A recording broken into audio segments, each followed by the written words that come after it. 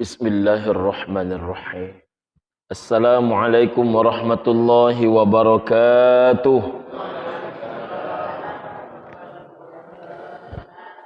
Alhamdulillahi rabbil alamin. Allahumma salli ala Muhammad wa ala alihi wa ashabihi ajma'in wa man tattabi'ahu bi ihsanin ila yaumiddin, amma ba'du.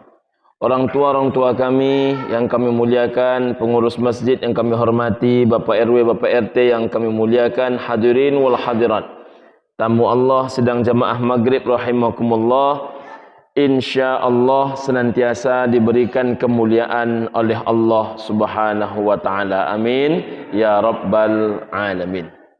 Ibu dan Bapak, pada 2 bulan yang lalu, karena pada bulan yang kemarin saya tidak bisa hadir, sedang berada di Tanah Suci, kita sudah mengkaji bab keutamaan zakat dan sedekah pada hadis nomor urut yang keempat. InsyaAllah malam ini kita akan lanjutkan pada hadis nomor urut yang kelima. Bismillahirrahmanirrahim. Sa'i itu kan ibu dan bapak berlari-lari kecil dari Bukit Safa ke Bukit Marwah. Makna lain sa'i itu adalah berusaha dengan sungguh-sungguh. Jadi as-sa'i, siapa yang berusaha dengan sungguh-sungguh, alal armalati wal miskin, untuk menolong kehidupan para janda dan orang-orang miskin. Biasanya ini tak banyak yang peduli ibu dan bapak rahimakumullah. Macam mana nilai pahalanya? Kal mujahidi fi sabilillah. Kata Nabi SAW, nilai pahalanya sama dengan orang yang jihad di jalan Allah. Wa kal qaimi la yaftar. Bagaikan orang yang bangun di tengah malam dan dia tidak mengenal kata lelah sama sekali. Wa kas-shaimi la yuftir, dan bagaikan orang yang berpuasa sepanjang hari dan dia tidak berbuka lagi. Masya Allah. Ibu dan bapak rahimakumullah, begitulah besarnya nilai pahala orang-orang ibu dan bapak rahimakumullah yang memikirkan kehidupan para janda dan orang-orang miskin. Saya, ibu dan bapak, mengajak ibu dan bapak menengok betapa para sahabat memikirkan orang-orang yang susah di antara mereka. Contohnya ibu dan bapak rahimakumullah, ada sahabat Nabi bernama Abdurrahman bin Auf. Beliau ini ibu dan bapak rahimakumullah laki-laki pertama yang mengawali gerakan zakat 97,5%, dan beliau hanya memakan 2,5% hartanya. Sangat terbalik dibandingkan kita. Kalaupun ada orang hari ini berzakat, zakatnya 2,5%, yang dia makan 97,5%. Yang kedua ibu dan bapak rahimakumullah, Abdurrahman bin Auf memulai gerakan membeli pasar. Pasar ini disebut dengan nama Pasar Qadim. Nah, jadi Pasar Qadim ini bukan hanya ada di Jalan Teratai, Sukajadi, Pekanbaru. Ada namanya Pasar Qadim antara Sakifah Bani Sa'idah ke arah Masjid Ali bin Abi Thalib. Berada lebih kurang di depan pintu 1 Masjid An-Nabawi, di depan pintu 1 Babus Salam, di depan pintu lebih kurang 316 pintu gerbang Masjid An-Nabawi. Ada pasar ibu dan bapak rahimakumullah. Pasar itu diawali oleh Nabi membelinya, namun kemudian ditambahkan oleh Abdurrahman bin Auf. Tak tanggung-tanggung ibu dan bapak, setelah pasar dibeli, kemudian beliau mempersilahkan kaum muslimin untuk berdagang di atas tanahnya tanpa menyewa sama sekali. Masya Allah. Tanpa menyewa sama sekali. Kita ibu dan bapak rahimakumullah, mohon maaf, sealim-alimnya orang, sesoleh-solehnya orang, payah meminta diskon terhadap sewa rumahnya. Payah mendapatkan diskon terhadap sewa rukonya. Ini bukan lagi sewa ibu dan bapak, tapi gratis. Siapapun yang mau tinggal di atas tanah yang dibeli oleh Abdurrahman bin Auf di Pasar Qadim. Yang ketiga ibu dan bapak, beliau ini mengawali gerakan. Gerakan apa itu? Membeli kurma-kurma gagal panen. Di Arab itu ibu dan bapak ada dua masa yang biasanya kurma akan gagal. Pertama terlalu dingin, yang kedua terlalu panas. Saya tak tahu suhu paling ekstrimnya Madinah itu berapa, tapi yang saya pernah rasakan 46 derajat Celcius. Tapi kata kawan saya ada 47 derajat Celcius. Yang paling dingin yang saya pernah rasakan 7 derajat Celcius. Tapi kata kawan saya pernah -3 derajat Celcius. Maka biasanya ibu dan bapak rahimakumullah, kalau terlalu panas, maka cenderung kurma itu akan mengering. Kalau terlalu dingin, maka kurma akan cepat membusuk. Ketika kurma itu mengering dan membusuk, maka tentu tak laku dia di pasaran. Ketika tak laku di pasaran, maka bagaimana nasib kaum muslimin, orang-orang fakir miskin? Apalagi mohon maaf para janda-janda yang suaminya tak bekerja, mereka hanya meninggalkan 1 hektar lahan kurma untuk menghidupi anak-anak mereka. Maka kemudian apa yang dilakukan oleh Abdurrahman bin Auf?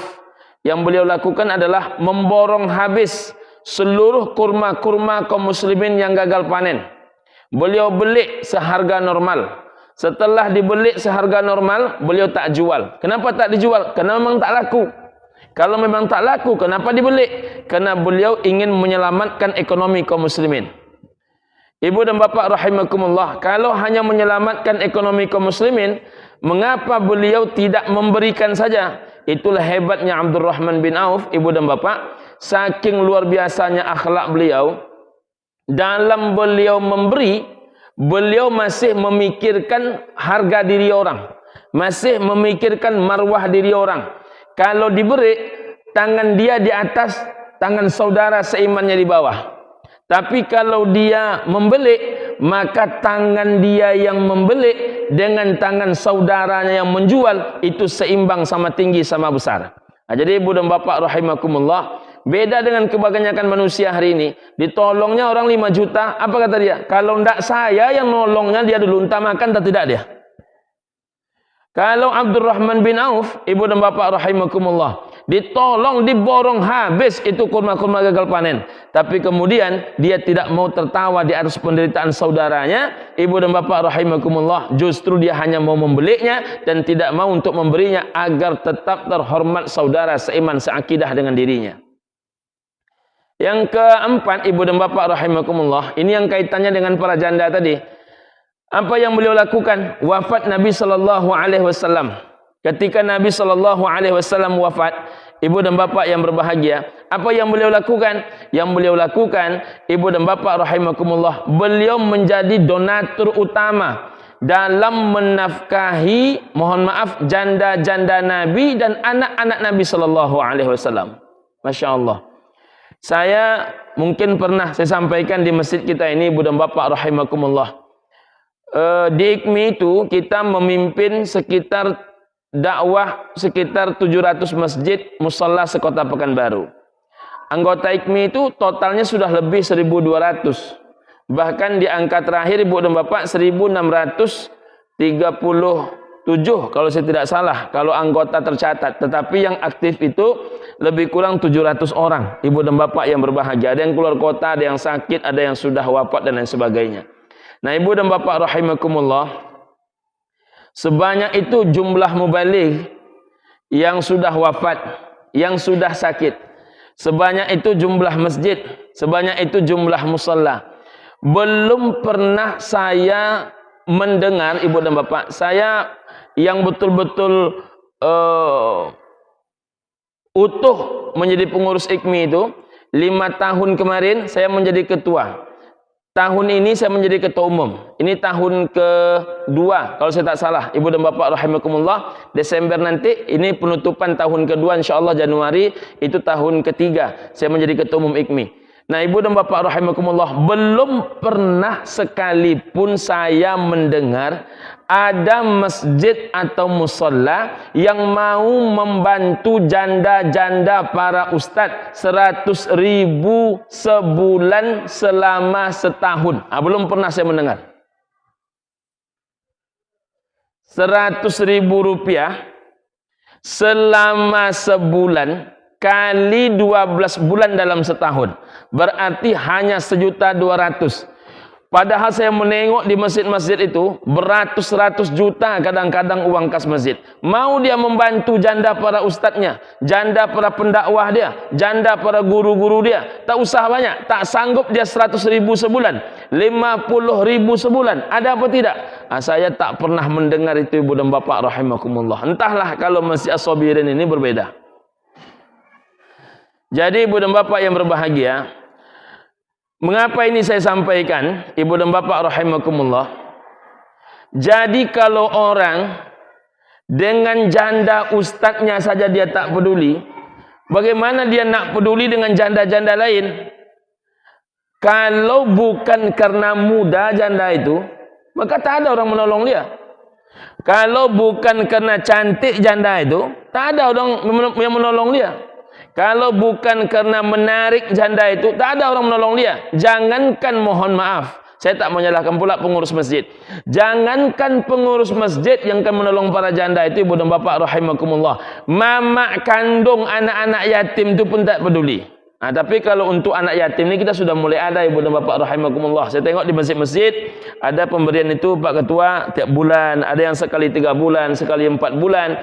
Tapi untuk menolong para janda ini, utuh kita memperhatikan kehidupan mereka seperti yang dilakukan oleh orang-orang soleh sebelum kita. Itu masih jauh, ibu dan bapak rahimakumullah.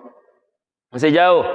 Nah, ibu dan bapak yang berbahagia, hebatnya ibu dan bapak rahimakumullah, orang-orang tertentu, saya akan, ibu dan bapak yang berbahagia, menengok postingan kawan-kawan yang mengirimkan bantuan-bantuan ke Palestina itu. Alhamdulillah dari Riau, itu salah satu yang disentuh adalah tempat perkumpulan para janda. Jadi masyarakat-masyarakat Gaza yang sudah wafat suaminya itu ada sebuah tempat yang memang di situ adalah orang-orang para janda, ibu dan bapak rahimakumullah. Ke sana bantuan kita kaum muslimin, salah satunya dari Riau, ibu dan bapak rahimakumullah. Apa yang membuat kita sedih? Ada orang yang sama sekali tidak peduli dengan Gaza itu. Tapi anehnya, solat tahajudnya tiap malam. Solat berjamaahnya rutin. Tapi apapun nasib Gaza, nasib Palestina itu tak peduli dia. Bahkan tak jarang ada ustaz-ustaz yang bawaannya sinis dengan cerita Gaza ini. Mulai menuduhnya Syiah, mulai menuduhnya ibu dan bapak rahimakumullah adalah orang-orang yang dipersenjatai oleh Israel untuk membunuh dirinya sendiri. Na'udzubillahi min dzalik. Bahkan termasuk orang sekaliber Ar-Razi Hashim sekalipun. Jadi ibu dan bapak rahimakumullah, jangankan menolong. Kalau ini didengarkan oleh Ar-Razi Hashim, saya ingin menyampaikan kepada Ar-Razi Hashim, ibu dan bapak rahimakumullah, jangankan engkau yang menolongnya Ar-Razi Hashim, tapi malah engkau justru membuat cakap buat mereka. Terlalu banyak pengorbanan orang-orang di Palestina itu. Ada satu rumah itu, dalam rumah itu hanya isinya 6 orang. 1 istri, 1 suami, 4 orang anak laki-laki. Seluruh laki-lakinya mati, hanya tinggal istri itu hidup sebatang kara. Ada itu terjadinya di Gaza, di Palestina. Ada bahkan 8 rumah sudah wafat semua. Jadi ibu dan bapak rahimakumullah, tak cukup hanya sebatas share. Share itu penting. Menginformasikan kepada saudara seiman yang lain penting. Tapi saya menghimbau jamaah Masjid As-Sabirin, saya menghimbau seluruh bapak ibu yang mendengarkan ceramah ini, pastikan bantuan-bantuan kita ini sampai ke Gaza dan Palestina ini. Kami ibu dan bapak paling tidak sudah 3 kali berkirim dalam bulan ini. Kami 3 kali berkirim. Tapi masih banyak saya menengok orang-orang muslim lainnya yang tidak peduli. Selagi itu bukan mak kandung dia, selagi itu bukan adik kandung dia, selagi itu bukan anak kandung dia, tak peduli. Walaupun yang mati itu orang seiman dan seakidah dengan dia, orang yang solatnya sama dengan dia, orang yang membaca kalimat syahadat sama dengan dia, orang yang rasulnya sama dengan dia, membaca kitab sucinya sama dengan dia, selagi bukan keluarga kandung dia, dia menganggap tak peduli. Dianggapnya Allah dan Rasul akan melepaskan solat dia, sedangkan dia tak peduli kepada saudara seiman dan seakidah. Ibu dan bapak, mereka hari ini mati bukan berarti mereka tidak bisa menyelamatkan diri. Mesir itu sudah menawarkan kepada Gaza itu untuk pindah. Dibangunkan mereka wilayah 4 kali lipat lebih luas daripada Gaza. Dibantu mereka mendirikan sekolah, mendirikan rumah sakit, mendirikan fasilitas-fasilitas umum dengan syarat mereka pindah. Apa kata mereka? Kalau kami pindah, maka ke siapa Masjidil Aqsa ini kami titipkan untuk menjaganya. Biarlah kalian bisa tidur, biarlah kalian bisa menyekolahkan anak, biarlah kalian bisa tidur, biarlah kalian bisa makan. Yang penting Masjidil Aqsa, tolong doakan kami bisa menyelamatkannya. Jadi mereka itu hadir di sana mewakili kita.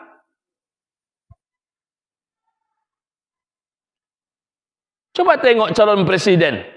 Mohon maaf, saya ini hanya satu calon presiden yang mau hadir pada acara kemarin.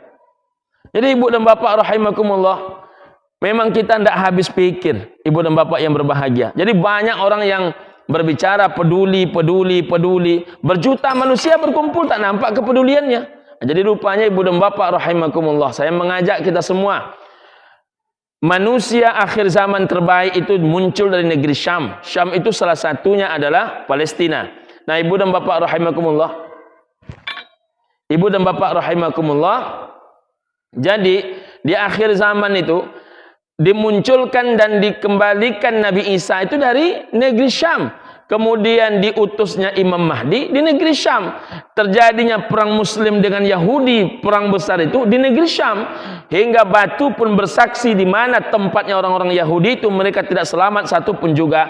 Bahkan perang melawan Dajjal itu terjadinya di negeri Syam. Makanya kalau kami tak bisa berbuat ya Rasul, apakah yang bisa kami lakukan kalau kami tak sampai ke sana? Kata para sahabat, apa yang bisa kami perbuat? Kata Nabi SAW, kirimkan minyak kalian. Jangan sampai pula jamaah as-sabirin tak pernah kirimkan minyak. Ini bapak-bapaknya akan diminta pertanggungjawabannya nih. Ibu-ibunya akan diminta pertanggungjawabannya nih. Kalau tak pernah sampai minyaknya, macam mana ibu nak bersaksi di hadapan Allah bahwasanya saudara seiman ibu adalah orang yang mengucapkan 2 kalimat syahadat? Kalau minyak ibu tak pernah sampai, minyak bapak tak pernah sampai, ditanya bapak oleh Nabi besok di padang mahsyar, ketika saudaramu, ketika umatku mempertahankan Palestina, mempertahankan Masjidil Aqsa, apa tanggung jawabmu sebagai muslim beriman? Bapak-bapak punya jawaban apa? Kalau enggak ada jawaban, minyak pun tak pernah dikirimkan. Tak sanggup 1.500.000, tak sanggup 100.000, tak sanggup 50.000, tak sanggup 10.000, tak sanggup 5.000. Tapi jangan sampai tak ada. Jangan sampai dunia ini menyaksikan kita tidak peduli. Mohon maaf ini, masih lengah aja. Tak peduli dia. Jangan sampai. Bagi yang sudah peduli, alhamdulillah. Bagi yang tidak, saya ingatkan, bapak pasti ditanya sama Allah. Ibu pasti disaksikan oleh baginda Rasulullah. Apa jawaban kita kalau tiba-tiba Allah campakkan solat kita ke muka kita? Jadi kalian solat saja terus. Saudara seiman kalian mati, kalian biarkan dicampakkan oleh Allah solat itu ke muka kita. Kita punya jawaban apa? Sekali lagi, bukan seberapa banyak, tapi seberapa sungguh. Bukan berapa banyak adanya, tapi seberapa mampunya kita. Karena batang kayu di hutan tidak sama tinggi, Pak. Tidak bisa dipaksakan si A sama banyak dengan si B, tidak bisa. Karena kemampuan kita berbeda-beda. Tapi jangan sampai tidak berbuat sama sekali. Berat pertanggungjawaban kita di hadapan Allah Subhanahu wa Ta'ala. Dan jangan khawatir, karena rupanya menolong orang-orang mereka tu lebih daripada fakir miskin hari ini ibu dan bapak kehidupan mereka. Mengapa demikian? Rumahnya hancur. Sekarang hanya dari terpal. Terpalnya pun lebih tipis daripada terpal spanduk. Hanya kain-kain halus tu mereka jadikan sebagai pengeliling tanah. Di atas tanah itulah. Saya tak sanggup berkata ketika seorang ibu-ibu berkata, anak-anaknya masih kecil-kecil, 5 orang anak-anaknya, apa kata dia? Ini sudah musim pendingin. Sudah musim salju kata dia, sudah mulai turun salju satu-satu, sedangkan kami tidak punya lantai. Kami hanya tidur di atas tanah, sedangkan rumah ini selalu masuk angin, begitu kencang. Jadi kalau kita masih nyaman hanya sebatas solat, puasa sunat Senin Kamis, tak terkirimkan apa yang bisa kita lakukan, itu berat pertanggungjawabannya ibu dan bapak di hadapan Allah Subhanahu wa Ta'ala. Jangan sampai kita macam tu. Apa kata Nabi tadi? Kirimkan apa? Minyakmu. Kirimkan minyak. Ibu dan bapak rahimakumullah. Kita lanjutkan. Qala rajulun. Bertanyalah seorang laki-laki. Ya Rasulullah, wahai Rasulullah, ayyus sadaqati a'zamu ajra? Kapan sedekah itu paling besar pahalanya? Jadi sedekah itu besar pahalanya, tapi kapan sedekah itu paling besar pahalanya? Qala, berkata Nabi sallallahu alaihi wasallam, anta sadaqah, bersedekahlah engkau kata Nabi, wa anta sahihun, dikala badanmu sehat. Jadi sedekah yang paling tinggi pahalanya itu dikala badan sehat. Apa bedanya ibu dan bapak? Sedekah badan sehat dengan sedekah dalam keadaan badan sakit. Kalau badan sehat itu dunia naik. Kalau badan sakit akhirah naik. Kalau berlebih makanan, mak tu sakit badannya. Apa kata anaknya? Macam mana makanan berlebih ini mak? Kasih orang nak, kata dia. Karena badannya sakit, akhirahnya naik. Tapi kalau berlebih makanan, mak tu sehat. Macam mana makanan berlebih ini mak? Masukkan kulkas nak, besok kan hari juga masih, kata dia. Jadi berbeda ibu dan bapak rahimakumullah, sikap manusia antara badan sehat dengan badan sakit. Kalau badan dah sakit pak, tidak ada yang mau dikata lagi. Belum sehat yang satu datang penyakit yang lain. Itu semangat wakaf tinggi pak. Kalau badan ni nak putus-putus sakit, itu semangat nak berimpak naik. Semangat nak membersihkan harta naik.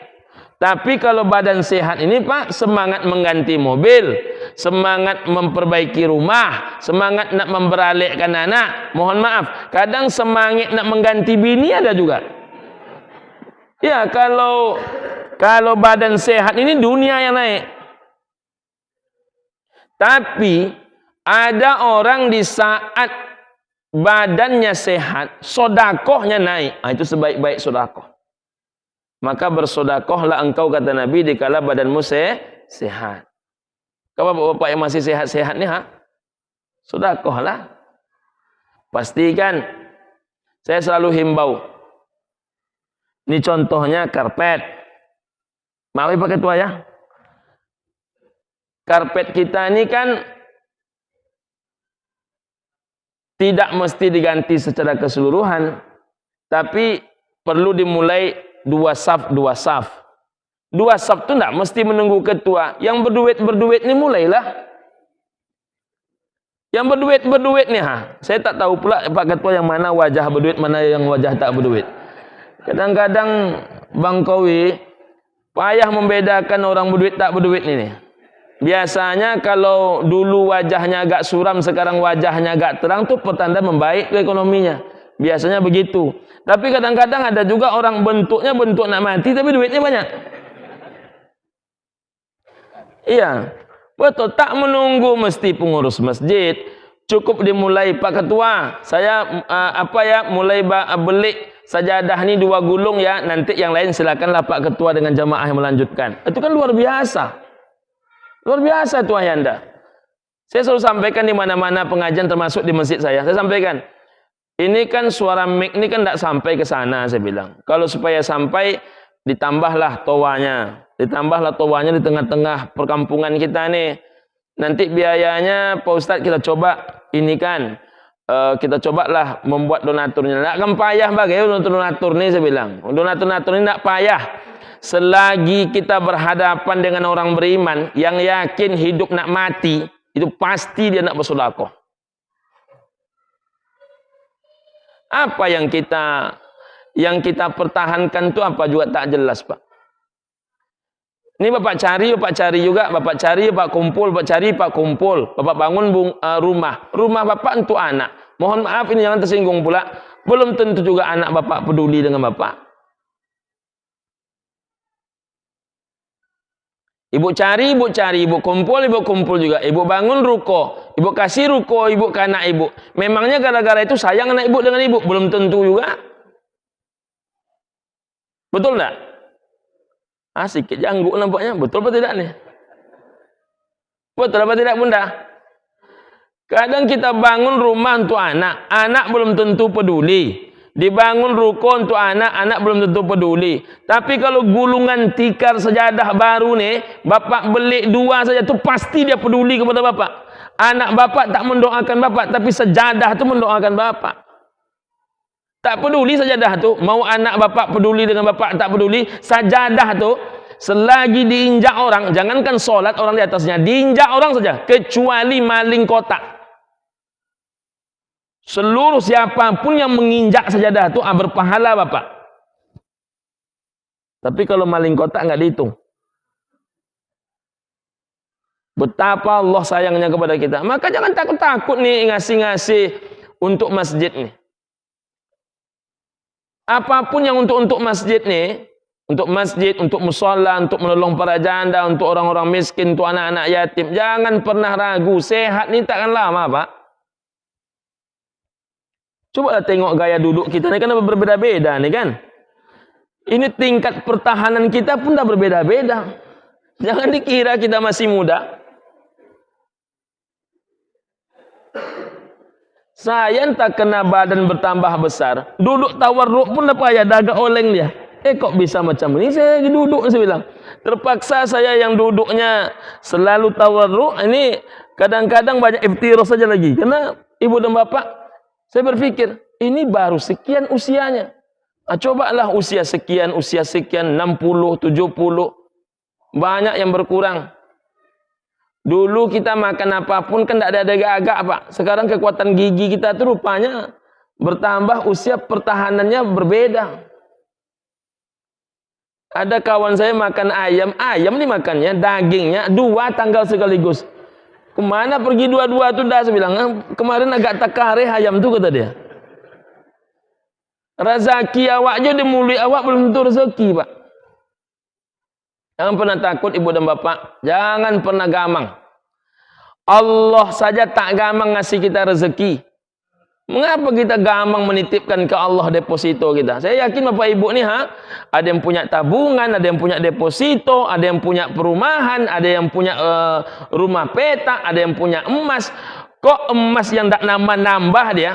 Dibeli kemarin waktu mahal, sekarang tambah mahal, tapi sedikit ya mahalnya. Kenapa kita yakin membeli emas?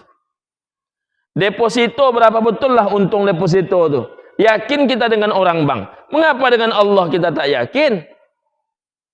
Ini Allah yang menjamin.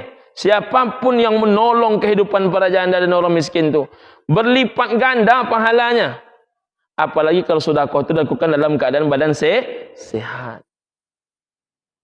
Nah, jadi badan sehat ini, Pak, mohon maaf ini, suatu masa kita akan teringat macam ini. Coba kemarin kalau saya sudah bersedekah. Coba kalau kemarin saya memberi. Ini jangankan memberi, nak ke masjid pun tak bisa. Sebentar lagi, Pak, ada sebagian tak bisa ke masjid. Yang mananya saya nggak tahu. Betul, Pak. Coba tengok, kita akan menengok orang lain. Kita akan menengok orang lain kan satu persatu kan mulai tak bisa ke masjid. Saya tanya, kemana Pak Sianu? Nyolah di kursi roda kini, Pak Ustaz.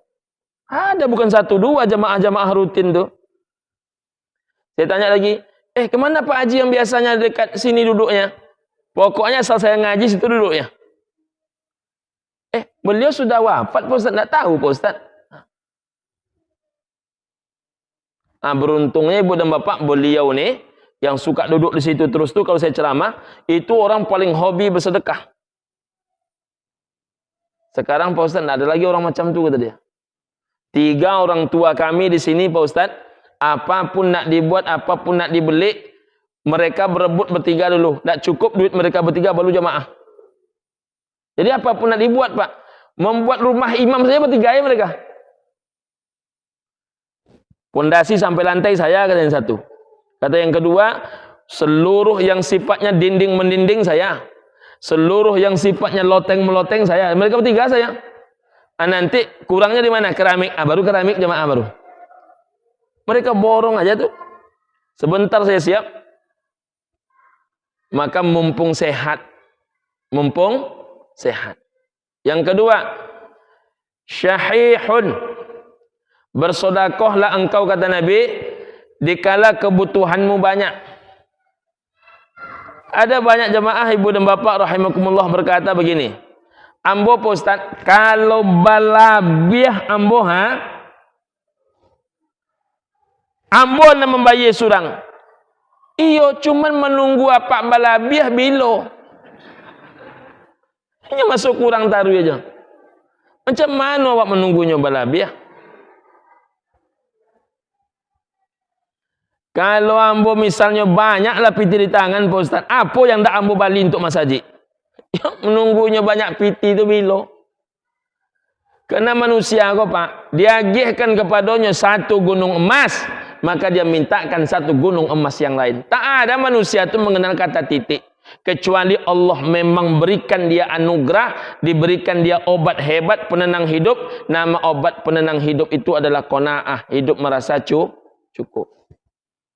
Kalau tidak Pak, Pak, Bapak mungkin dah pernah menemukan, bisa juga mungkin belum pernah menemukan. Mohon maaf, jangan dikira semakin tua orang Pak semakin hilang dunianya. Tidak Pak. Kadang di tangan orang tua tuh menggigil pegang surat tanah Pak. Surat tanah yang dia urus. Dunia juga masih. Sudah menggigil dia, dunia juga masih. Bahkan ada bahasa cerita walaupun lucu-lucuan saja.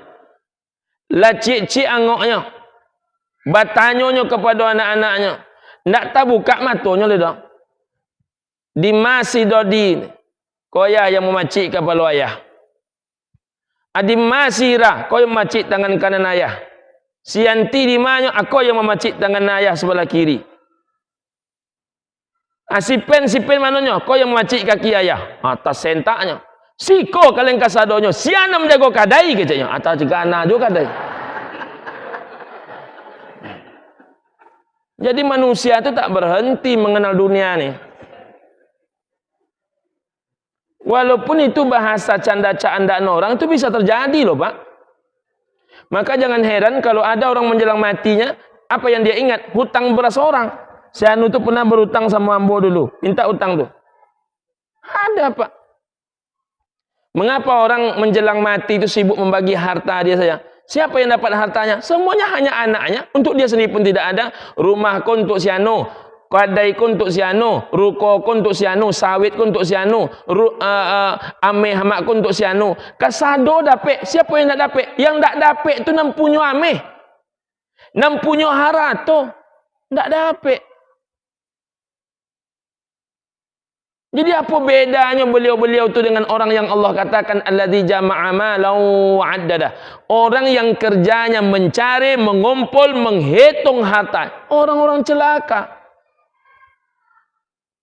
Anak dapat, anak pertama dapat, anak bungsu dapat, anak tengah dapat, inyo ndak dapat. Allahu ya Rabb. Habis itu matinya masuk ke dalam kubur. Memang peduli anaknya.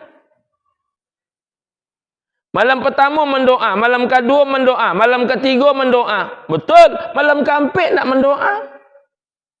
Malam kelima berhenti mendoa. Malam ketujuh mendoa balik. Sampai malam hilang. Habis malam ketujuh, malam keempat puluh. 33 malamnya hilang. Habis itu malam ke-100, 60 malam yang hilang. Orang diagenya surah Yasin, diagenya nasi bungkui. Sementara anak sibuk posting, foto, kamera. Apa yang awak harapkan? Jangan berharap kepada makhluk. Berharaplah dengan amal masing-masing. Kapan Pak Ustaz? Ya sekarang. Jangan banyak bercakap awak kalau lalapang Pak Ustaz, insya-Allah lah. Tak akan ada kata lapang. Tak akan ada kata lapang. Yang ada tu Pak dunia dan dunia. Maka jangan heran ibu dan bapak, mohon maaf. Kadang anak berwakaf Pak, itu bisa ayah kandungnya dan tua yang melarang kadang-kadang. Kalau tidak ada iman Pak. Atau sebaliknya, ayah yang berwakaf, anak yang melarang. Nah, jadi ibu dan bapak, mumpung walaupun kondisinya serba sulit, kondisi kebutuhannya sedang naik, kebutuhannya sedang banyak, pastikan bersedekah. Takhshal faqra, kata Nabi. Bersedekahlah kalian dikala kalian takut fakir. Bagaimana nak akan takut fakir? Iko kan dibayar, iko kan diansu, iko kan dibayukan, iko lah jatuh tempo, kasodo mendosak. Kalau kaji mendosak, bila awak nak mendosak? Sama je ibu-ibu nak ke masjid tu. Dulu ketika anak ketek-ketek, awak tanya, kenapa ibu nak ke masjid? Anak ketek-ketek Pak Ustaz. Lah godang anak-anaknya, cuba tanya, kenapa ibu nak ke masjid? Cucu ketek-ketek Pak Ustaz. Jadi kan tak pernah berhenti Pak.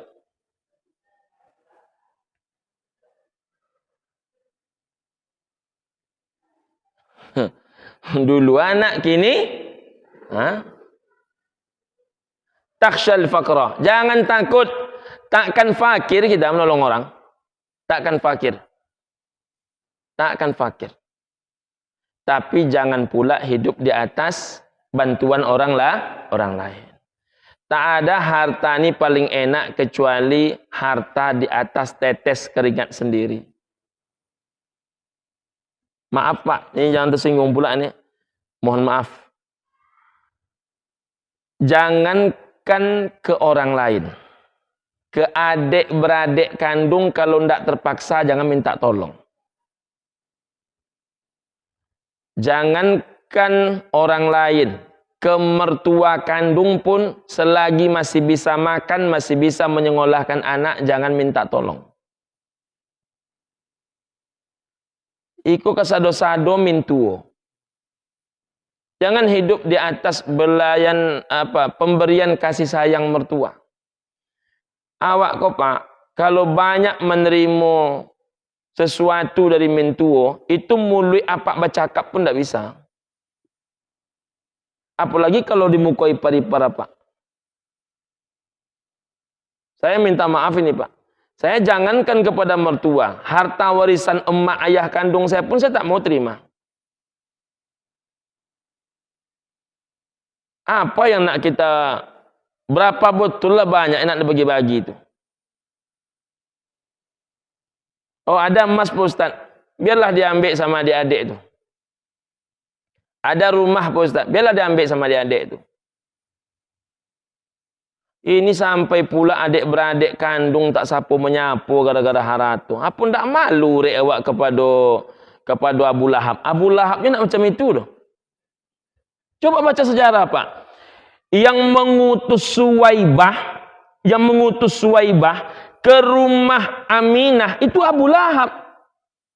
Abu Lahab dengan Abdullah. Abu Lahab kafir, Abdullah tu ayah kandung Nabi, itu fair secara hubungan qarib kerabat. Tidak ada masalah. Masa orang hobi ke masjid, adik-beradik kelahi masalah harta benda. Apa kata Abu Lahab kalau menengok ada yang lebih parah padanya? Beruntungnya lah mati. Kalau hidup Abu Lahab, apa keceknya tu? Janganlah adik-beradik ni berkelahi. Belum lagi mamak kandung dengan keponakan kandung. Gara-gara harta juga. Jangan berebut-rebut harta benda tu. Makanya tetes keringat kita ini manis. Belum tentu 50.000 itu lebih sedikit dibandingkan 5 juta. Kadang Pak, kalau kita menengok yang banyak itu banyak, belum tentu Pak. Kadang yang banyak itu tipuan saja. Kalau hari panas kita tegak di aspal yang panas, di jalan yang panas, maka nampak air menggenang. Ada air tuh? Enggak ada. Apa namanya? Fata morgana. Tak selamanya yang nampak itu ada. Kadang yang tak nampak itu yang ada. Tak selamanya yang banyak itu banyak. Kadang yang sedikit itu banyak. Makanya mak-mak kita dulu Pak menanamkan tauhid kepada kita. Biarlah sengenek nak asalnya banyak. Daripada banyak nak tapi sengenek. Bahkan untuk bini pun diajarkan di amak awak dulu. Biarlah buuk nak asalnya oncak. Memang enggak payah memahami itu ibu dan bapak. Betul tak Pak Haji? Kalimatnya gitu dulu kan Pak Haji? Biarlah buuk nak, yang penting oncak. Ini banyak yang oncak gini Pak, tapi nak oncak dah. Biarlah nak. Ini agak apa segini mah. Yung katanya. Walaupun yang contoh itu yung elok budi ke omak ada yung. Padusi kalau elok budi ke omak insyaallah idu ang baraka yung. Kini kan tak ada orang mencen-cen contoh itu terus Pak. Yang ada tu ibu dan bapak rahimakumullah, nam pontiong banyak. Pontiong banyak. Dan dapat di awak banyak. Ada jamaah daftar umroh Pak. Saya tanya, yang harga berapa Ustaz? Harga paling mahal. Kita kan konco kok, saya bilang. Mau minta diskon? Enggak minta diskon. Sudahlah harga paling tinggi, tak minta diskon. Saya tanya, kenapa nak minta diskon? Apakah Buya termasuk orang yang meyakini bahwasanya seluruh harta yang dipakai di jalan Allah pasti diganti? Nah itu dia, kata dia. Tapi tidak seketik Pak. Apa kata dia? Ada ndak Buya? Pesawatnya kok dapat Garuda atau Saudi, hotel dokek, makan lomak, tapi yo muah. Ah, itu nempaya mambuiknya ibu dan bapak rahimakumullah. Dia tak tahu berkah. Berkah itu dia tak tahu. Terakhir ibu dan bapak, wa ta'mulul ghina. Bersedekahlah engkau dikala engkau sedang berharap hidupmu kaya. Jadi kalau impian itu naik, maka sedekah. Mengapa demikian? Wala tumhil kata Nabi, jangan kau tunda sedekahmu itu hatta idza balagatil hulqum, hingga kalau nyawamu telah masuk ke dalam tenggorokanmu, qulta li fulanin kadza wa li fulanin kadza, maka saat itulah engkau akan berkata untuk sianu sekian, untuk sianu sekian, masjid sekian, mushola sekian, anak yatim sekian, fakir miskin, para janda-janda sekian. Kapan itu terjadi Pak Ustaz? Setelah nyawa di tenggorokan. Maka sebelum nyawa itu di tenggorokan ibu dan bapak rahimakumullah, pastikan tolonglah diri kita. Bentuknya kita menolong agama Allah, pada hakikatnya kita sedang menolong diri kita sendiri. Makanya ambo Pak Kawi, ambo sampaikan di mana-mana ketika ambo ikut mengumpulkan dana untuk Palestina. Kalian bukan sedang menolong Palestina, kalian sedang menolong diri kalian sendiri agar punya jawaban di hadapan Allah Subhanahu wa taala. Terima kasih ibu dan bapak, mohon maaf billahi taufik wal hidayah war ridha minal inayah. Assalamualaikum warahmatullahi wabarakatuh.